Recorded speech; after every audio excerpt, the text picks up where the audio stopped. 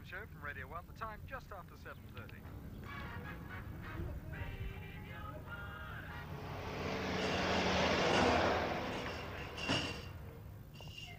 Yes, indeed, you're listening to the wonderful sound of Radio 1. Right now, it's time for Elsie Billings, and lots of love come from your son, Jeff, who says... I suppose this is a lament for the death of the city. We play this one specially for Elsie, Revive 45 on Radio 1, called Downtown. This isn't the city. You're alone and life is making you lonely. You can always go downtown when you've got worries. All the noise and the hurry seems to help, I know.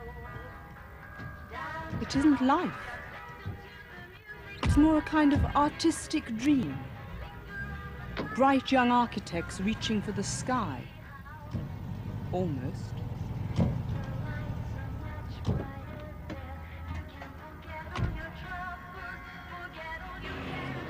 Of course, the middle class have a different idea. Their dream is escape to the country. Almost.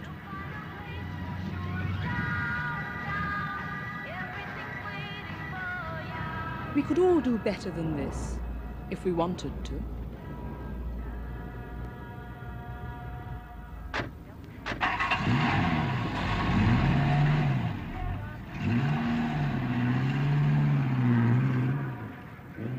We see ourselves in such a dull image, scattered in suburbia, in villas, semi-detached villas.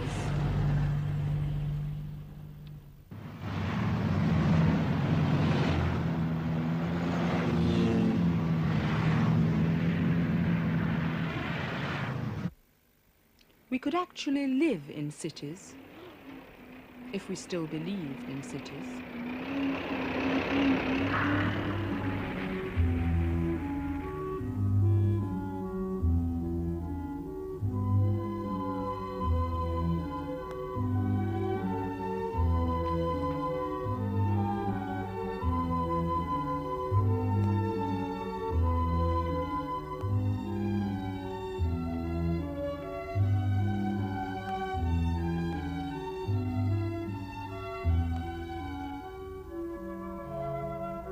Shatter it as it's been demonstrated. You can shatter it completely, of course. You need only pull the houses down and there you are, you've shattered the community.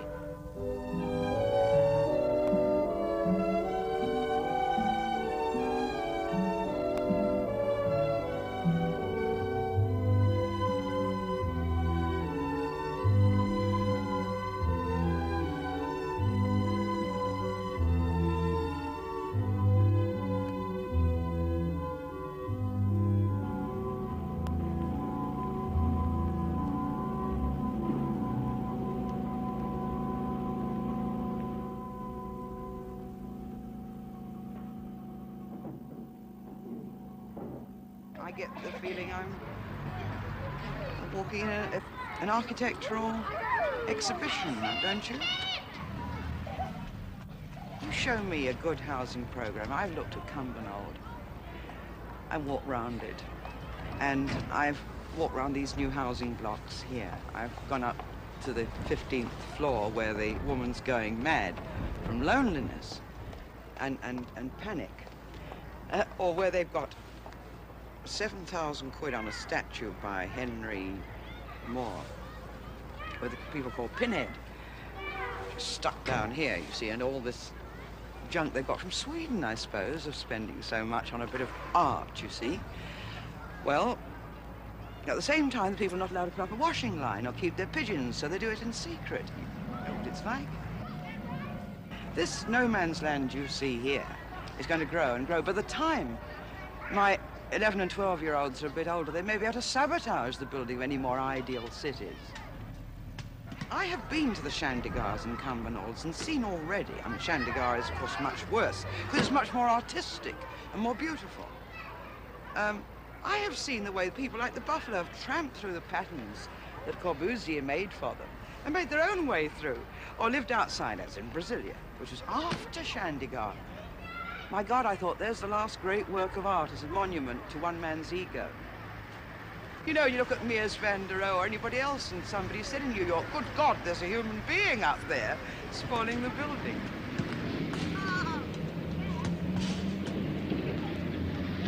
go down that street, you come here at night, don't think it only happens in New York. And you'll find that these bored people are smashing. Who doesn't love to smash? Smashing. War of the child on the adult on the child. And these young children, boys and girls, are roaming these streets like wolf packs. And the war is on against the middle-aged, and the middle-aged are moving out, barricading their doors. And nobody believes it. The same thing's happening here. People moving from a reasonably small rent are going into these new blocks where they're paying much more. So both mum and dad are going out to work, and these young characters are taking care of themselves. You know, for long days sometimes, from 8 in the morning till 8 at night. So they've got a community of their own running, because the woman's not necessarily wanting to be away all that time. But as in New York, where you'll find a family have to have perhaps 5 jobs to run the new life, it's happening here. Hello, what are you going to say? Is this on telly? Where do you want to go and live then? A great big mansion in the country. Oh yeah, mansion. Michelle, you want to live in the country? But you go to school. That's where you go for holidays. It's not like living here, though, is it? In a foreign country, I would. In a foreign country?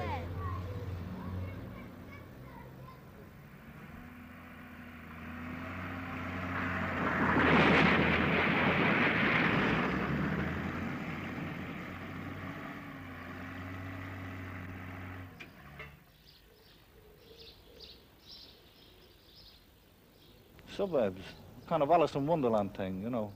I think it's the mansion and the manor, you know, with the acres around it.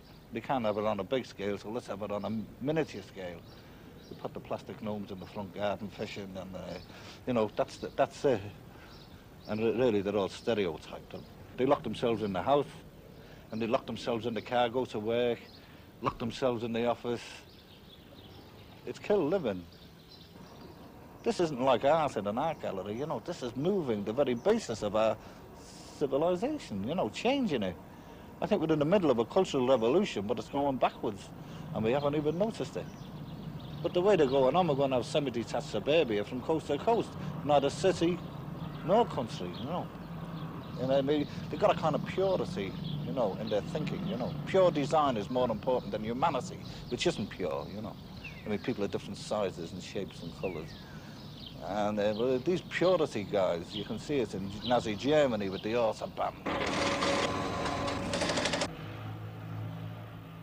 I wonder if they ever leave their drawing boards. Do they ever come down here to take a long look at their ideal cities? It's all so perfect. Designed for life on a strict 5.5-day week. Price tagged for the rising middle class. A fixed plan. For who? People with no plans of their own?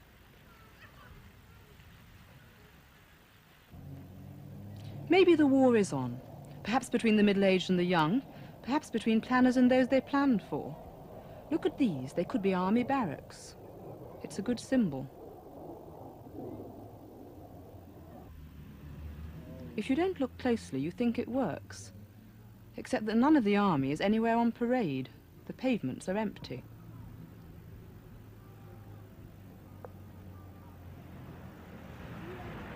And this was filmed when they've closed the industrial estate, when the shopping centre is closed, and so is the office precinct. It's a weekend. Have they closed the housing estate too?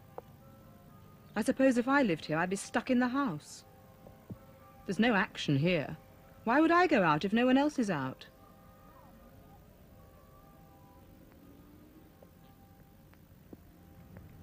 Only the young rebel against the system.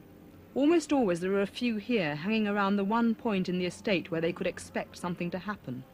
In front of any shop you get a bit of life. And when it opens, someone's bound to come here.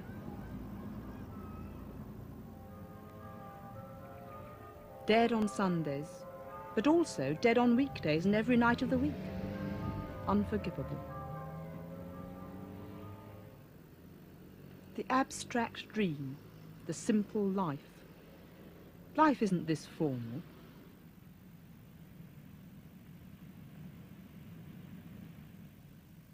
white lines, main arterial roads for commuters, fences.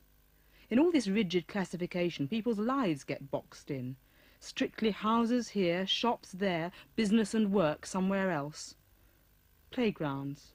Order out of chaos. Maybe. And always, always served up on a plate of grass. This is compensation, green grass, the sugar on the pill. Green is the colour on a planner's map. If only the city were the same as the country, but it isn't.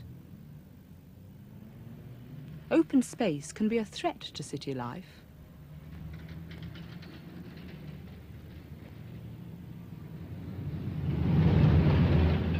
Cities are sprawling enough already. Traffic can cope. The greater the spread, the more cars.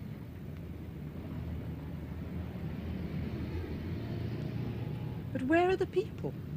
Too few use these places during the day, and I wouldn't walk around here at night. The cities we live in now could be a textbook lesson for planners. We've already wasted enormous areas.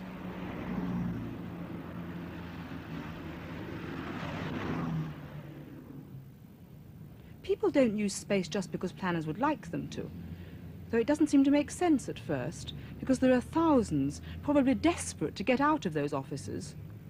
They're just here to work 9 to 5, and no one else comes here. The meth drinkers and the alcoholics, they haven't as much choice as most people.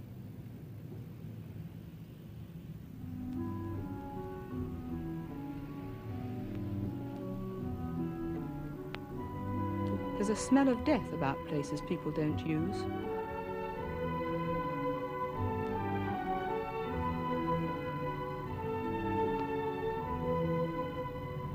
Perhaps that new mobile society needs room to spread. But what about people? Not everyone is mobile.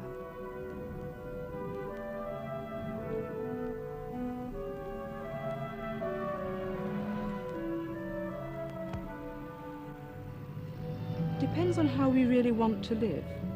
We could live a genuine civilized city life if we believed in it, if it was important enough.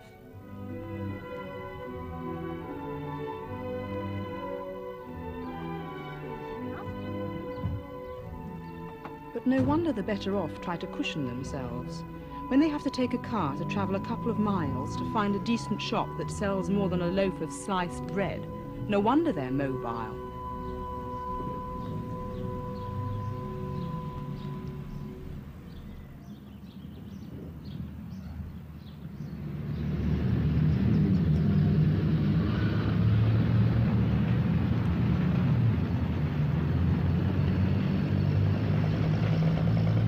This is a lament about the death of the city, and about the motor car maybe. Certainly an attack on those experts who attack our cities. Of course they can't keep up with the motor car. They don't know what to do with cars in cities because they don't understand cities, with or without cars. Who's going to teach the planners? It's a new idea. The teachers don't know.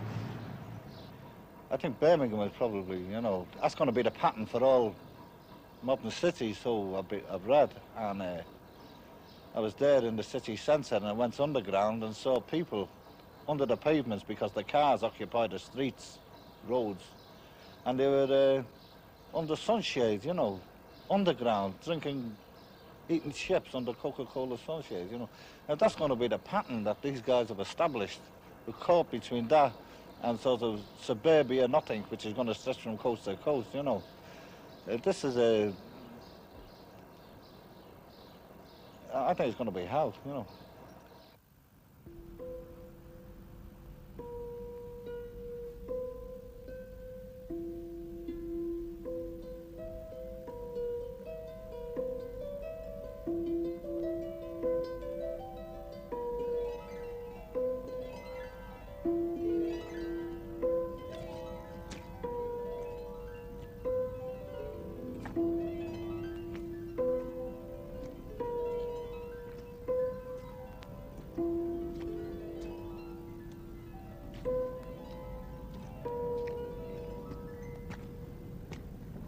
come because basically one tries to get back to the heart of the city. It has a certain ugliness and awkwardness, which is much more important to me than so-called aesthetics and so-called beauty, that I don't give a damn about beauty very much. They were built for a purpose. They had a utility about them. It reflected an age in London when London was the heartbeat of the whole world, in fact, you know. I don't like the idea of the empire or anything like that. The sailing ships did come up here, and the sailing barges came up. My battle is against this imported drawing board type architecture that was being planted in every centre of London. It's like a spreading disease. Well, there's Vickers Knickers building and all that kind of stuff. I mean, some people have come down to the river and begun to fight the battle to hold on to it. Like the Bernard Miles, the Mermaid. I mean, I think he had a terrific battle to hold on to the Mermaid, you know. And his main problems weren't financial in running a theatre. It was actually holding on to something, which to the city planner, to the town council, city council, would seem mad. Why should you have a theatre at all anyway, you know?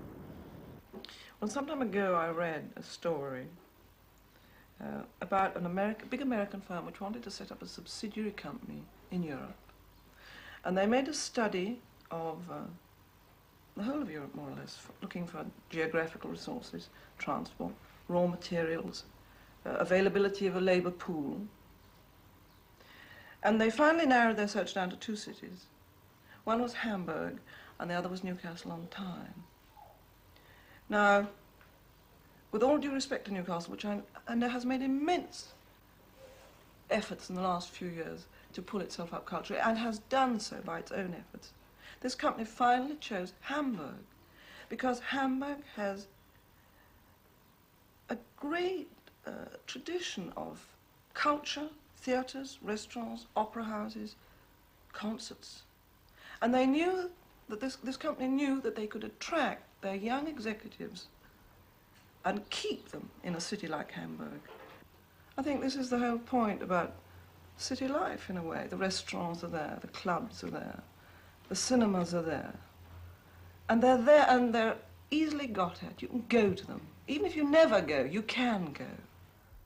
Culture pays for itself again and again and again.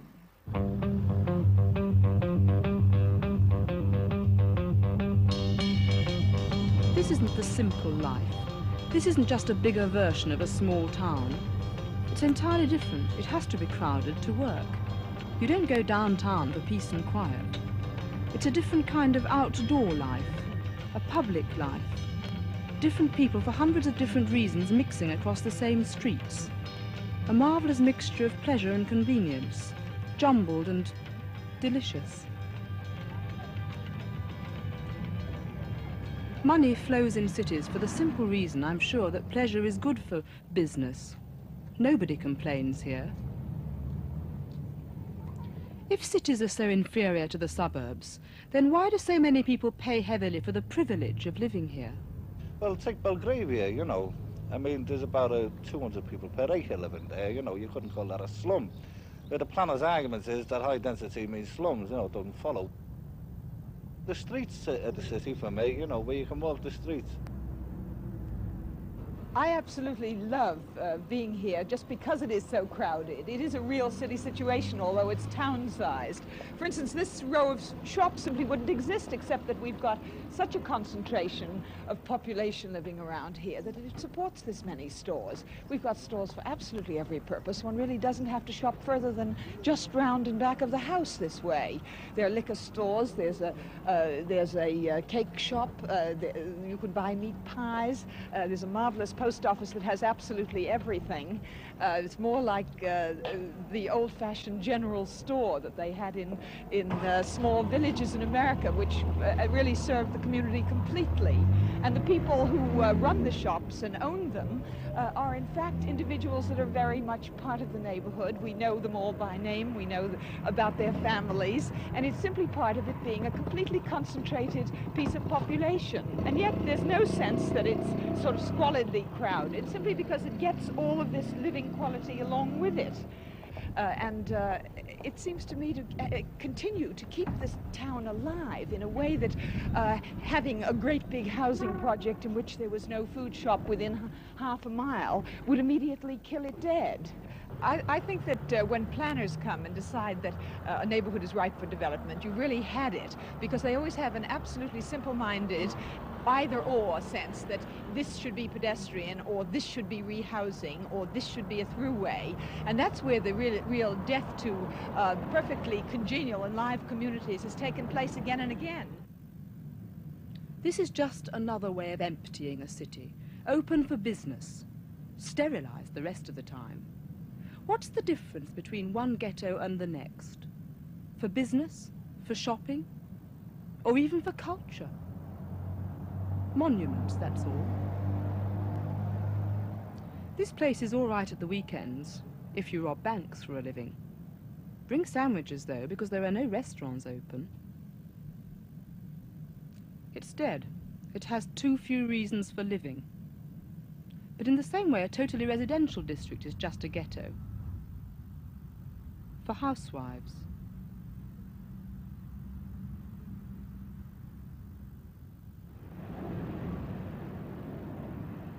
Streets which are alive are those in mixed-up neighborhoods, where dozens of shops feed on crowds that move in and out during the day, together with others who are always around most of the time. Neither of these groups could live so well alone. They support each other. I prefer it untidy, with people, not spacious, not grand. Space is expensive in cities.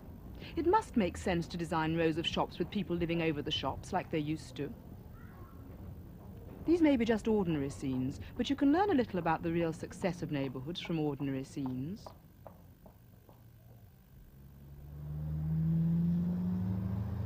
Still we go on building streets that no one uses and no one will ever use.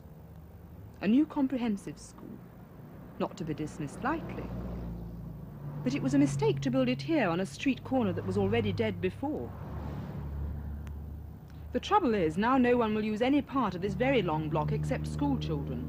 Unfortunately, their hours are fixed and their working week is too short.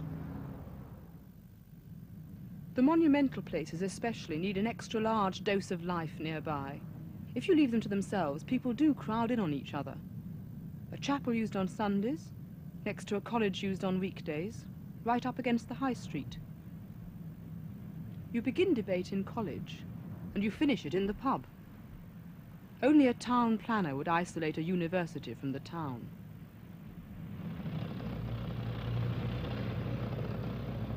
We don't understand how cities work. I don't think we know what new buildings do to cities, but then we've never understood the real value of the old. Any old building has one edge over the new. It's cheaper.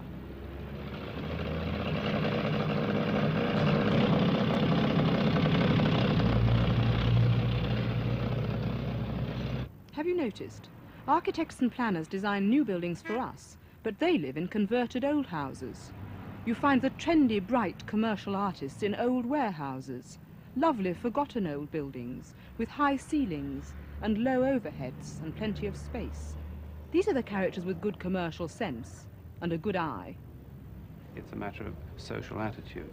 You have to encourage people to value what they have. We live in a society which is mad for novelty, and that tends to work against everything that exists.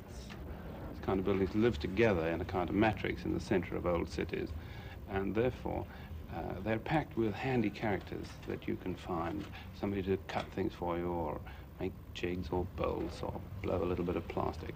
There's always something, some little firm, some little chap around the corner who has exactly the particular craft you happen to want. Now, you can grow almost any kind of photographic, light engineering, design industry in these old buildings. And I would have thought that's a social gain.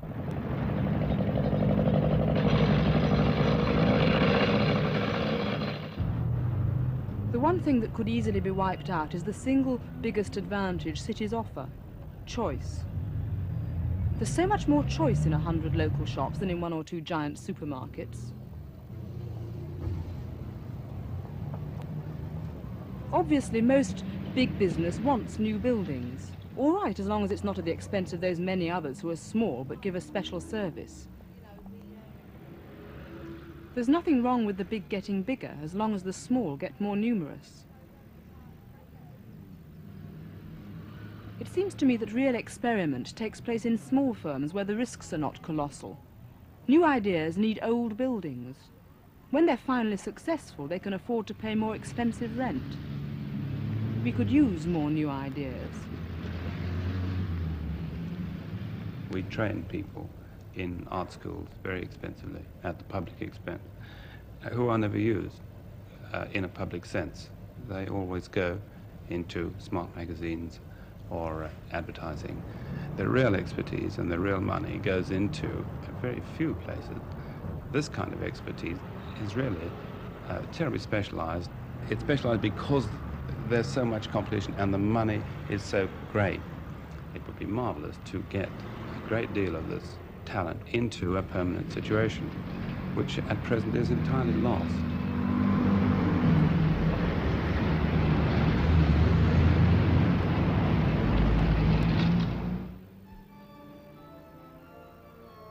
Religion or architecture? Both, if you judge the building by the way it performs. Most of our great cathedrals are coming alive 7 days a week now. Even art students need cathedrals.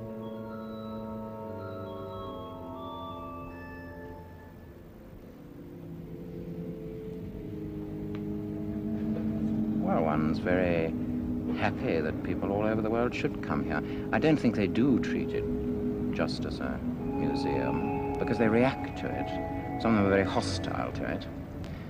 I think it's absolutely ghastly. Other people are tremendously impressed. I don't mean to reduce it to the lowest level of tourism, but people do come all this way attracted by something to see. A quality of life, maybe? It takes time to turn it into valuable history, but not much time to rebuild it. Our techniques for valuing buildings are primitive. How much is a building worth when it's part of a neighborhood?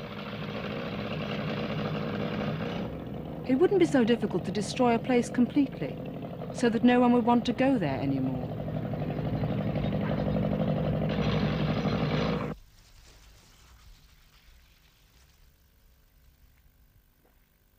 Maybe we do overplay this history bit. Still, it could be worse. It could be Main Street, USA, like every other place. It could be Slough.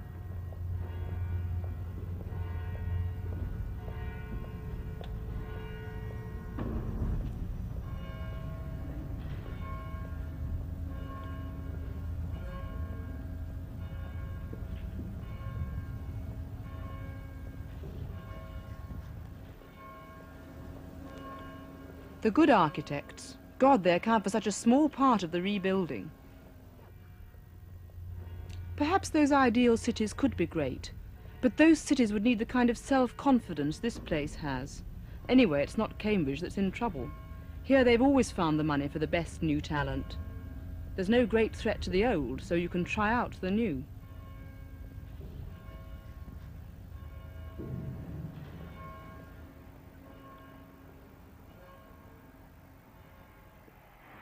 But places not so old have to fight their battles. I suppose we'll be able to con enough people into taking care of these for snobbish reasons.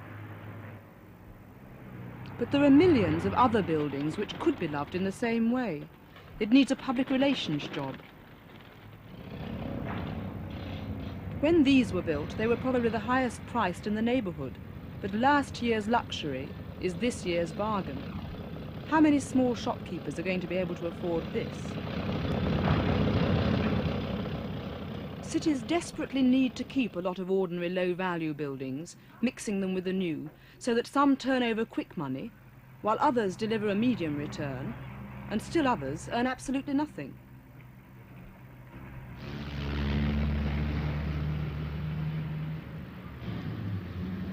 This is what city planners should promote. Quite straightforward success. Instead, up and down the country, these are becoming the sacrificial victims to the big ambition of little men. Local councillors who want to be remembered. For what?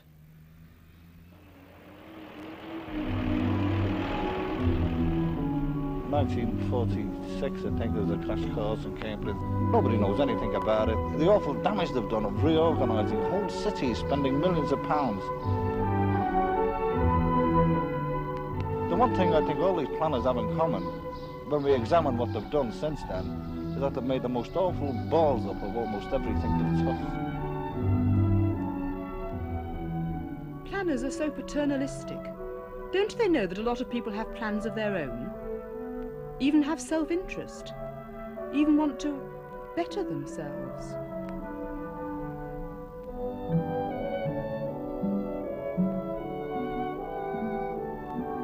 Streets go up and they go down in the world. It has something to do with people who actually live there. For the last 2 centuries, this is one that's been on a seesaw. At the moment, it's on the way up. No ham-fisted planning today, please.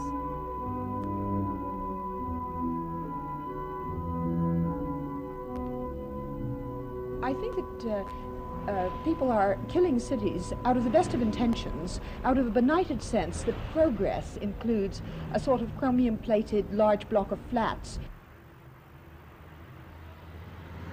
You don't improve your property if you know you're going to be thrown out, or if your only ambition is to get out. I suppose it's true that cities everywhere are losing the middle class, but planners seem to be desperate to nurse them back. Is no one middle class until they reach the suburbs? Has no planner noticed that when city neighbourhoods are alive and prosperous, they grow the middle class?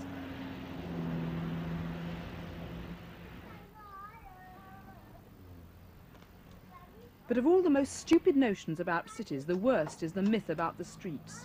So it goes, the streets are traffic arteries, otherwise unsavoury places to be, and especially not for children. But weren't yours outside the house today? Probably under the eyes of other adults? That wasn't such a bad thing.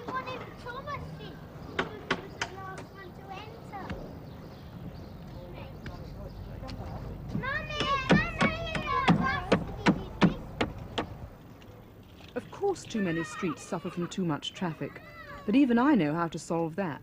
It's traffic that's the problem, not kids.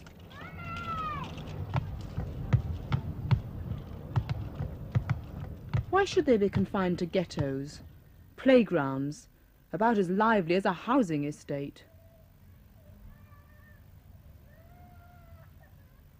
Why isn't the bottle allowed? They like to play with water. Why shouldn't they have a dog? Why close 5:15? Up to the age of 12, they're expected to go to bed at 5:30. The whole concept of this type of playground is hopelessly out of date.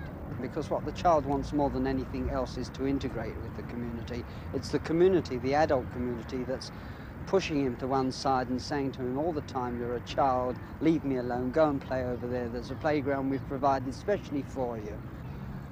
Fenced off. Children don't live according to plan.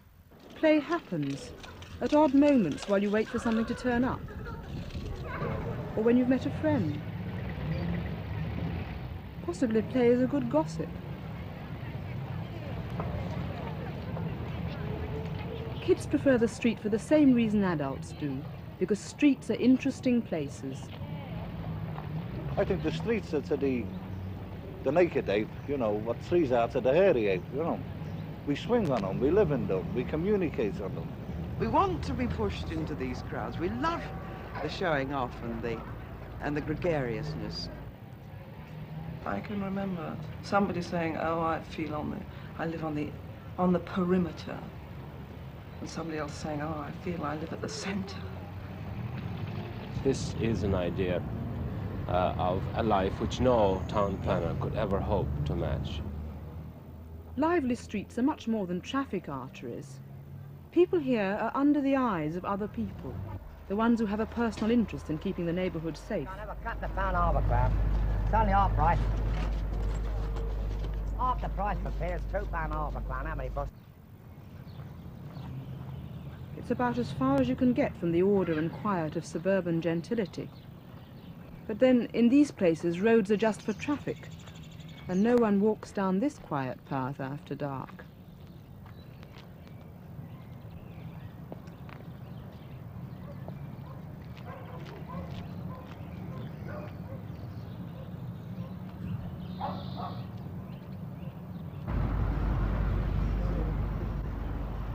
Crime isn't just a problem of slums. It can happen on streets anywhere where there are strangers and very few people. In these places, which may be high-priced districts, the life is too exclusive. Any outdoor life is hired out to nursemaids, deliverymen, caretakers, doormen.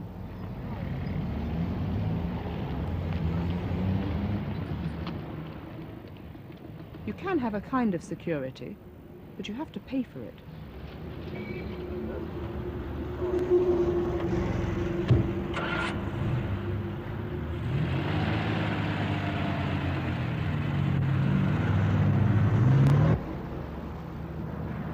Maybe the most dangerous crime in cities, in the long run, is the cutting back of the life of the streets. The kind of planning that discourages people on foot and puts them into cars. When it's done in the name of road safety, that's a bit too much.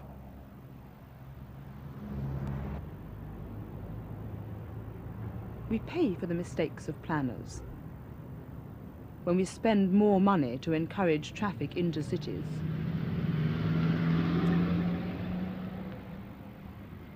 Obviously, the traffic experts know what they're doing.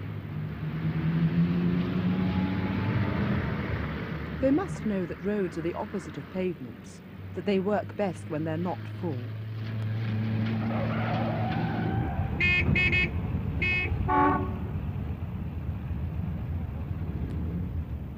The more you spread cities and neighborhoods with roads, car parks, the more people need cars.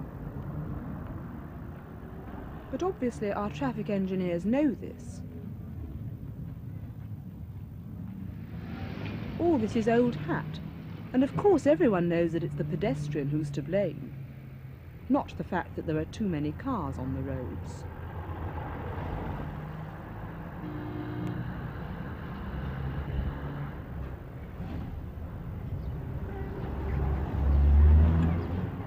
The motor car has very serious faults for certain types of trip, mainly to very dense downtown areas, such that, for example, in London, possibly only 10% of people at present commute by car. Therefore, it would seem very questionable whether a vast road network, new road network, for example, fully computerized, if you like, to serve a further 10% was really worthwhile. Is the end product simply to speed up traffic, or is the end product to make the city a more workable, livable place? These computers could really do a lot for us, provided we program them with the right information. And this is, I think, the great danger, probably what we're not doing now. Bravo! It sounds better when you hear it from an expert. Someone tell me, is there any chance that we'll ever use this technology to actually improve life? On the question of movement of people within a city, in and out of a city, for example, at a peak hour, you could program the computer to let certain classes of traffic through. Certain vehicles carrying 2 or 3 people, or 20 or 30 people perhaps, would be given preference over those vehicles carrying only 1 person. The aim could be to favor the type of vehicle carrying the most useful goods. It might not even be people, it might be goods itself. Certain classes of goods would be given priority at certain hours of day, not necessarily at all times of day. With computer control of lights, for instance, over a wide area, you're capable of playing with traffic in any way you choose, preferably for the public good, I suppose.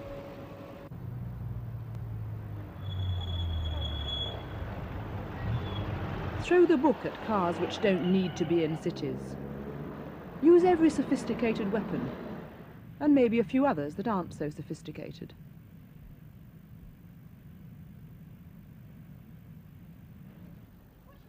What a revolutionary idea, giving cities back to people. But if planners don't give them back, people are going to eventually take them back. Anyway, it's democratic, and a few local groups have raised a fight. I think basically what we set out to do was to prevent the council from putting to the minister a development plan which we thought was wrong and which we felt was fundamentally likely to destroy the town. The scheme, in fact, was to create a new road right across the heart of Richmond, and instead of preventing traffic from going through the town, almost to encourage traffic to go through the town by improving the road network in the town itself. This is against all our basic principles, surely, of planning. I mean, the thing to do is to reduce through traffic in big town centres and to take it round. This would do the opposite. It's the same plan that's been on the books since 1904, in fact. It just came up again in a slightly new form. We were very lucky that we had a group of architects in Richmond who are members of the society, very expert in this particular field of planning, and they dropped all their professional work for 3 weeks, and the whole team got together and they produced a first-class, up-to-date traffic management study for the whole town centre. It's changing the balance between the vehicle and the pedestrian. We do this, in fact, in Richmond perfectly simply by the use of just 4 authorised signs. It's as simple as that. Instead of having a mass of wardens or police patrolling the whole area, you only need 1 or 2 people at key points to enforce these particular signs. You have to do it by being more expert than they are in the first place. We've been doing it for years, putting the motorist in his place.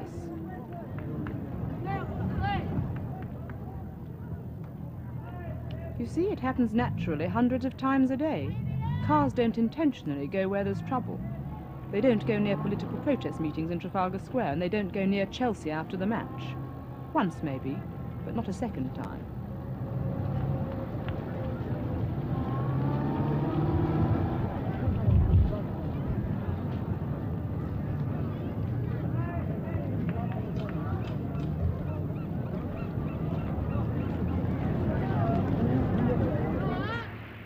It makes good sense to cultivate lively cities. There are times when a neighbourhood has to be strong enough to take on the country itself, or at least the government. Large numbers of people, a large community of interest, that's a great strength of a city. This meeting involves my part of London, and now none of us can afford to be self-contained or inward-looking. We're in trouble, and at the moment we desperately need those outside contacts who are sympathetic. Experts who can fight fire with fire. The point about this story is the moral, which is that if you ask a computer a silly question, you'll get a silly answer. I would say that transportation, motor transportation, here is a very deep subject. In America, I would probably just come right out and say it's bottomless.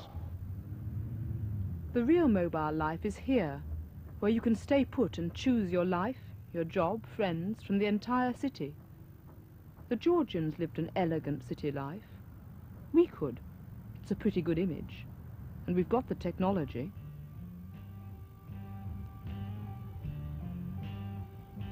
The fact is, in the end, nothing comes without planning. It's a question of what we want to plan.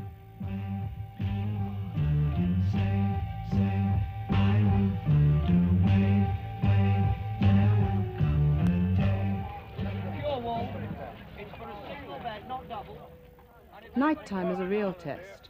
Suburbs and small towns go dead at night. The lively neighbourhoods don't die.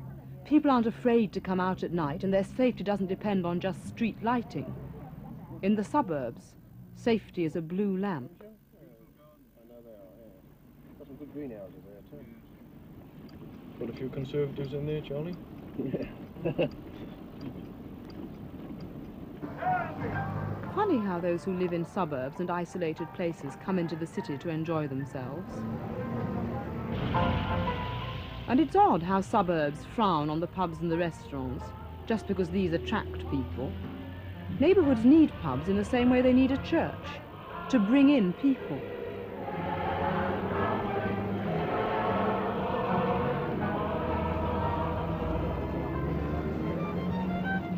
In a word, this is life.